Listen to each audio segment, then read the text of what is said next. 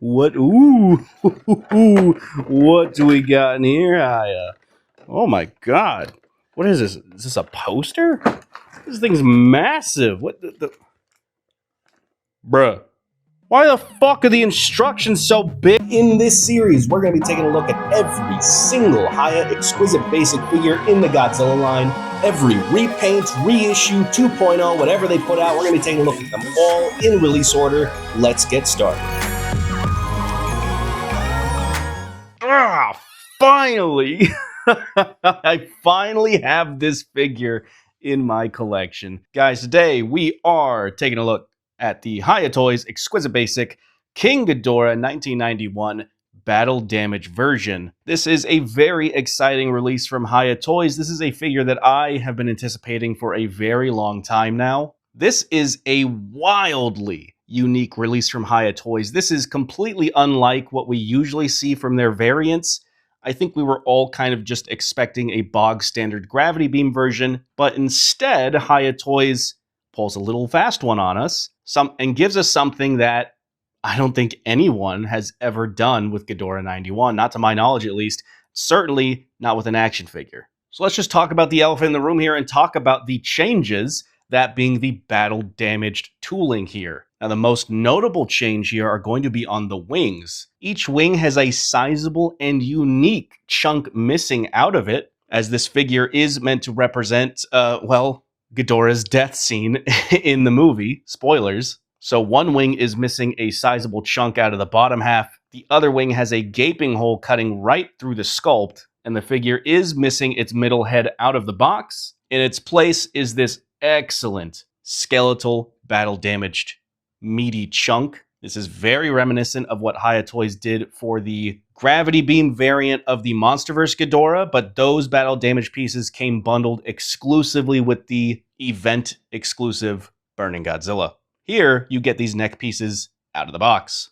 And I gotta say, the sculpt on this missing neck piece, I'm rather impressed that Hiya Toys managed to get this approved and signed off on. The sculpt on the inside of the neck features detailing for the skeleton, as well as all the membrane around the skeleton, all the little innards inside the neck. It's surprisingly pretty graphic for what Toho usually approves in action figures. Now, the damaged wings are pretty fascinating on how they approached this, as the wings are made of a very soft material as they have wires inside. They actually did sculpt in some texturing on the inside of the wings. It's nothing quite as graphic, but it almost looks like someone took a knife to some particle board or foam. It has this rough texture, again, on the inside of the wing here. And then, of course, they have also sculpted in all of this deep scarring, all these deep cuts going all around this hole, as well as all around the perimeter of this missing chunk over here. Again, I'm very impressed with just how far Hiya Toys is willing to take this, as I think they could have just gotten away with giving us the broken middle neck, as well as the overall paint scheme they've chosen for this figure, and I think most people would have been a-okay with that. Instead, they decided to go above and beyond and faithfully recreate the death scene, including the wings, and that is just really cool to see. Now, beyond those 3 battle damage sections, the rest of the sculpt is going to be identical to what we saw on the base Ghidorah. I raved about the sculpt before, and I will rave about the sculpt again. This figure looks damn good. Unbelievably good. Look at all of the scaling done on the body and the legs here. All of these fine layers of scales in various shapes and sizes. It all looks so authentic to how these would be recreated on a physical prop, as the scales naturally curve around the body structure, the muscles, fading into the feet, fading out into the wings. Then you move on to the necks, which have their own unique scaling. And these heads were incredible before, and they are just as incredible here. They look so sharp, so fierce. The detailing is just insane. Look at all of these tiny bumps, these tiny crevices around the eyes, going on to the top of the snout, going to the nose. This is just all such high quality work here. Now, moving on to the paint scheme, this is also pretty similar to the original figure. It's just going to be a lot darker due to an extensive wash applied all over the figure, but this is still identifiably King Ghidorah 1991. Now, the gold used here on the bulk of the figure, pretty much the entire body, save for the wings, is going to be a little duller than the shade of gold used on the original figure, but it's actually a little more metallic here. It's an interesting choice that they went with, but it's been dulled down even further with this heavy black wash applied all over the figure. I mean, every single crevice on this figure has a wash applied to it. Really gives the figure this decaying, dead corpse look, which is accurate, as that is functionally what this figure represents. So while it may not be a bright, shiny, golden Ghidorah, it still does look quite nice. There's a lot of contrast on this figure due to that wash. It's a different kind of contrast compared to what we saw in that original figure. You'll be seeing some comparison photos right now of what I'm talking about. That original Ghidorah figure didn't necessarily have a wash applied. It's just that the shine to the paint naturally created shadows throughout the figure around the body structure. It was a really cool effect. You don't see that quite as much here, again, just due to the washes. The shade of gold used on the wings might actually be the same shade used on the original figure. Again, the wings are a softer material due to the bendy wires. So they might have just used the same color material, but they have gone in and airbrushed a very dirty, dark black. You can see it all over the individual little wing joints here. It's accenting all of the cracks along the wings as it transitions from the base of the wings as it gets a little lighter towards the tips. It's just dull enough to give the wings some depth without distracting from the overall presentation of the figure. Now, the interior of the mouth, the teeth, and the eyes, I believe, are identical to the original figure. I'll throw some comparison images up here so you can see. The eyes look just as impressive as they always did. It's a very simple design pattern they've gone with here, but it is effective. And these eyes definitely are printed on. I can see the dot matrixing going on around the edge of the eyes, but it is, it's so small, it's so subtle, you really won't notice unless you're examining this under a microscope. And while we're still talking about paint, yes, the eyes are still UV activated, just like the original figure. Nothing else on this figure, however, has any UV paint, which is a little surprising, actually. Moving on to articulation, I'm going to be trying a different format for this section, mostly just because of how large this figure is. I'm going to see how this works out. So, the neck and heads are just as impressive as that original figure. Starting with the head, the jaw is on a fat hinge. Look at that. The jaw can open basically 90 degrees, and the tongue does like to get stuck on the roof there, but it is on a hinge. There we go. Just kind of reach in there, pull the tongue down, get a hinge all the way down. No problem at all. Now, every single segment is a ball joint, and it is a very impressive ball joint. Look at that. That is so impressive. If you could actually see that. There we go. Yep, new segment. Bear with me. Yeah, look at that. Every neck is like that. I mean, these joints are just so impressive. Nothing pops off. I had an issue on the original 91 where this head liked to pop off, but it reattaches just fine. And as for this neck, well, it's the same neck, just half of a neck, so you can get about that much movement out of it. This is so impressive. If this was the best the figure had, this would still be a game changer, but we're not done yet. Because the wings, as I've mentioned a couple times now, the wings are completely bendable. There are 2 wires in the wings, one along this main segment right here, and there's a second wire in this segment about halfway in the wing. I don't think there's any other wires in the wings. Actually, there might be another one. Actually, yes, there is another one right here. So there's 1 wire here, 1 at the main one, and 1 wire right here. So you get 3 wires to create some excellent range of movement here. I mean, just look at that. It's so smooth, so simple. It holds poses so well. Look at that. This material is incredible. The battle damage does not get in the way of this range of movement at all. It is just so easy, so responsive. Just look at all of these amazing poses you can get with incredible ease.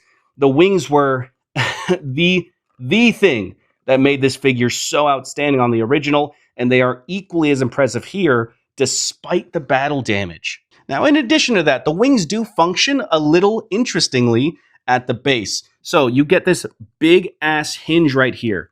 There is some paint chipping. That's, the paint is colored to match this. It is what it is. This is semi-ratcheted. It's a soft ratchet. There are little grooves along the wing to help hold its position because these wings are a little heavy, but the wings go out pretty straight. Look at that. And then you can bring them down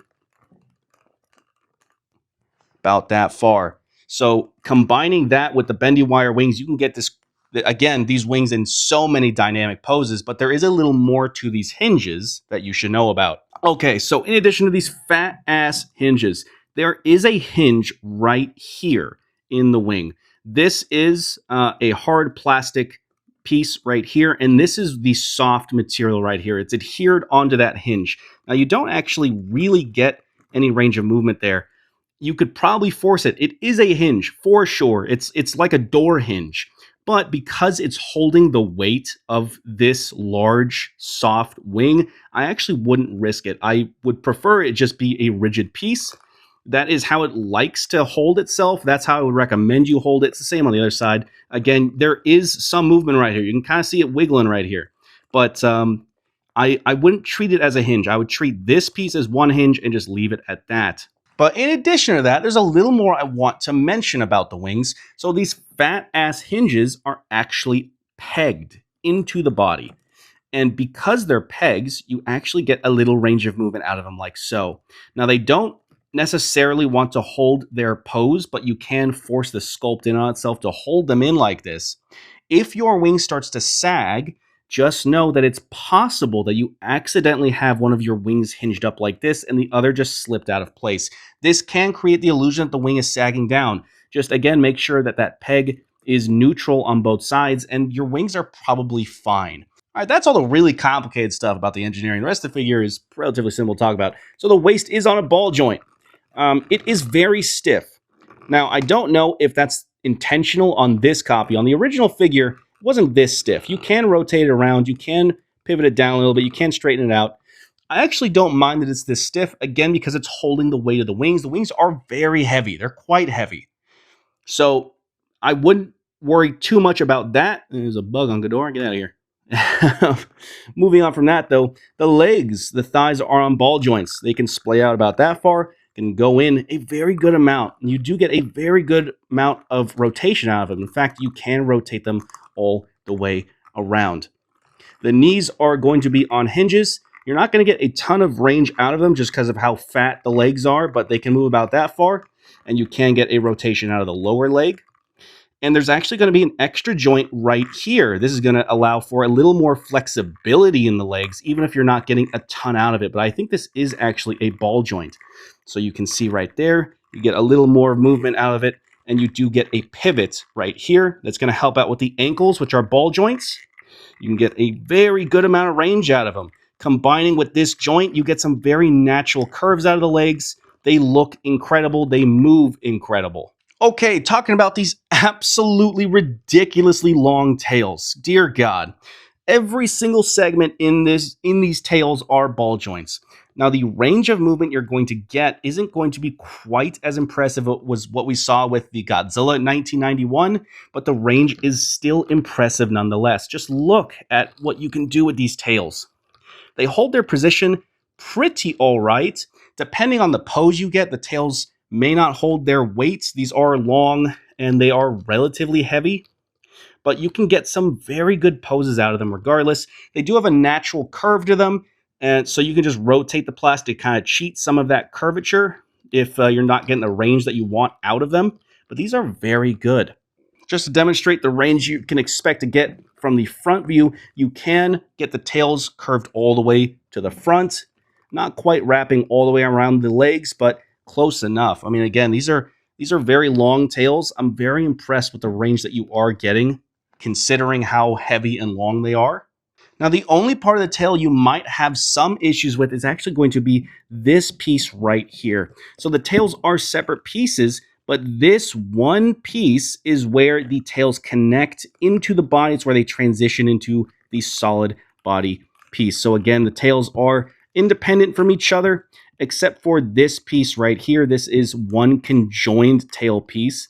It is a ball joint, but it doesn't have a ton of range going forward like so. That's really the most you're going to get. It can straighten out about that far, but where you might run into issues here is trying to get the figure to stand straight up. Because it can't bend any further than that, it kind of forces the body at an angle like so. So you kind of have to accommodate the length of the tails and work with the position of the legs if you want the figure to stand pretty straight up. Of course, this is going to demand more depth to the figure, as the tails are going to be sticking a fair bit out like so. All right, talking about accessories now, because this figure does come with an accessory, kind of. They do include the third middle head in the box, so you're not stuck with this look, but this is how it looks out of the box. So the third head is just included as an accessory, and it does include the other half of the battle damage part.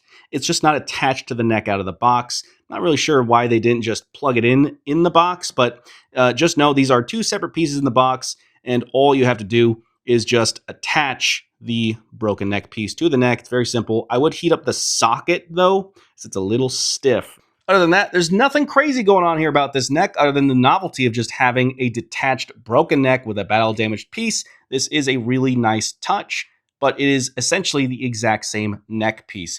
Now, you are able to reattach this neck to the body if you would prefer to have three heads with broken wings, and that is where you would want to detach the broken neck piece back at the single joint. You do want the barbell to remain there. And on the figure itself, you're going to want to detach the individual joint here. It just slides off like so. And then you would just attach, the neck to the figure itself like so. I definitely want to heat that up, as I don't think it's very secure, but you get the idea. It's that simple. So with that, you have two very distinct looks with a very unique figure. You can either have a King Ghidorah with three necks and broken wings, or just go straight for the pure battle damage look. Either way, this is a stunning looking figure. Okay, moving on to size. This is going to be a little weird, just due to how you can reposition everything. So this may not be 100% accurate to how your figure looks or how I scaled the last Ghidorah. This is just a rough measurement. So from foot to the tip of the horn in a pose like this, figure is roughly 10 inches tall. Again, it's really hard to gauge the true height of the figure when you can reposition the necks however you like. Wing to wing, though, if I can straighten out these wings just a little bit and get them a little more straight like so. The wingspan is approximately 23 inches wide, again, give or take. And if you wanted to know how much of a shelf hog this figure is, it is going to be roughly 7 or so inches in depth. That's going to be from the foot to about where the tail is. So you're going to need a pretty deep shelf to display the figure, and that's assuming the wings are completely flat out, not like I have here. That's going to add about another inch or two to the depth needed for this figure. But putting that aside, if you straighten out the tails from the toes to the tip of the tail, this figure is going to be approximately 16 inches long, give or take. This is a massive figure, guys. Moving on to size comparisons, guys, here is going to be the Hiya Toys 1991 pair. This is going to be the Heat Ray Godzilla 91 next to the Battle Damage Ghidorah. A fantastic display pair if you have the space for something like this. And if you're a little strapped for space, well, here's Super 7's absolutely gargantuan Ultimates Destroyer next to it, as well as a Super 7 Super Kaiju, a Titanic Creations Yongari, a Bandai Godzilla Rampage, formerly Godzilla action figure series Godzilla, haven't seen this one in a while, in SH Monster Arts, the jumbo-sized LED Lights and Sounds SH Monster Arts, and the ferocious banana for scale. Wrapping things up now, guys. You know, this section's gonna be pretty short, sweet, and to the point. I love this figure. This is everything that I loved about the original Ghidorah 91, infused with something that I've never owned before in my life. The battle-damaged aspect to this figure was such a brilliant idea, and how it was executed is simply remarkable. Even if you don't like the battle-damaged head, you can swap it back in and have a full King Ghidorah 91 with broken wings, and that is an equally impressive display option. Now, if you're just not a fan of the battle-damaged look, I completely understand that original Ghidorah 91 is just the same thing, but without the battle damage. So really, it's a win-win here. Me personally, I really value that unique aspect that this figure brings to the table. So much so that if I had the shelf space, I would display this alongside my original, just because of how unique this is. Unfortunately, that Mecha King Ghidorah is around the corner, so shelf space is a commodity for me at the moment. I have absolutely no nitpicks with this figure. Although, I do want to mention that it's a little curious that Hiya Toys has elected to skimp out on gravity beams. I think it's an interesting observation to make, considering we've now had 2 King Ghidorah figures where the box shows gravity beams, not actual product. That, mind you, it's a graphic that they teased on the box, but still, it makes you wonder, what are they planning there in terms of gravity beams? I would be a little disappointed if we see a third base Ghidorah figure that comes with gravity beams. That would just seem like a waste when they could have included it here, or even with the base figure. Maybe we'll see that with Mecha King Ghidorah, but I would imagine they're going to do a battle damage Mecha King Ghidorah for its variant. Not all that different from Tamashi's, with the battle damaged wings and the grapple cables. I suppose there's a possibility that we just don't get gravity beams with our King Ghidorah 1991, but we'll have to wait and see. Again, I don't hold it against this figure. I love this figure as is for what it offers, but the absence of gravity beams does raise a few eyebrows here. But again, I'm absolutely in love with this figure. I said it earlier, that original Ghidorah 91 is one of my favorites, if not my favorite from Hiya Toys, and this sits right up there with it. Thank you all for joining me for this video. Till next time, guys. See you.